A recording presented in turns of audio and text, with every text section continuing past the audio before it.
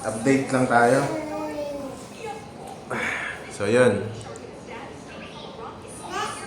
At Ay, ikaw na nagsabi. Anong update sa'yo? Okay na ikaw? Okay na? So, naka-receive kami ng update from our doctor na kailangan pa namin magstay dito ng additional 4 days para sa... that's minimum. That's minimum. Hindi Kumbaga, pwede po madagdagan. pwede pang madagdagan siya. Depende sa response. Kasi since nag-administer, Ako din naman talaga. Ganun pa rin mag-boxer pa rin naman kahit wala nang antibiotic. As long as na may IV agad tayo. Hindi talaga. May time kasi na ano, nakakawin na ako. mabilis lang. Ala, naikot ko pala to. Wala po ba yun? Oo po yan. Basta pwede na tayo pero huwag lang talaga matagal kasi mag-boxer pa. Mabilisan lang. Kaya ito nga may blood na kasi niya nakaipon. Mahirap. Nakawa din kasi si baby kung lagi mag-out yung light niya. Siya hindi kasi minsan may basta ayaw lang nakaupo. Gusto tatayo pa siya. Buti nga may ugat yung isa niya dito eh. Oh, bye-bye! Ito, tusok-tusokin mo rin siya. Bye! She knows how to. Bati She na knows how sa'yo. to bye bye. Oh, yeah.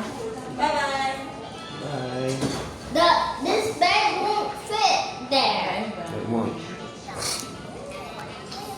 So, yun. May in-administer kasi lang bagong antibiotic. Yun na daw yung pinakamata. Ano pangalan? Tawag nila piptas, pero mahaba. Piptas yung Piptas. pinaka-minimum.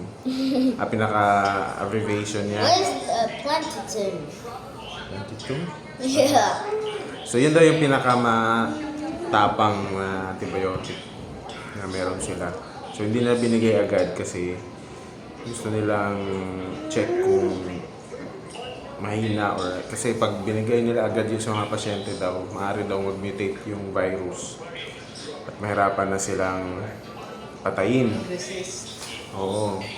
Kasi nag-mutate yung virus eh. So, ngayon daw yung bacteria yung... So, since na hindi daw effective agad yung dalawa nilang tinry, so, napilitan silang ibigay yung malakas. Yun nga lang, wala siyang pang-oral. So, ibig sabihin, kailangan talaga siyang idaan sa dextrose. So, ibig sabihin, kailangan namin mag-stay dito. Hindi nila kami pwedeng i-release kasi pag nirelease nila kami, mapuputol yung 5 days na pag-take ng antibiotic. 5 days kasi. So, 5 days. So, since kahapon, nagbigay sila. So, nag-first day ngayon. Meron pa kaming 4 days. So, magiging 1 week, sobra 1 week yung stay namin dito sa hospital talaga. Pero so far, maganda naman yung response niya. Medyo nagsinat lang siya ngayong hapon. Pero nawala naman natin. Active na ulit siya. Pinanasan lang namin, din namin siya pinainom ng paracetamol. So, magsistay pa kami na matagal at kailangan ko magpa-laundry kasi Hinggan ano mo na papadadayin ko siya. ayan. So, pero ang maganda kasi din, medyo nakakatulog na kami kasi si baby nakakatulog na rin siya. So, nakakatulog na rin kami.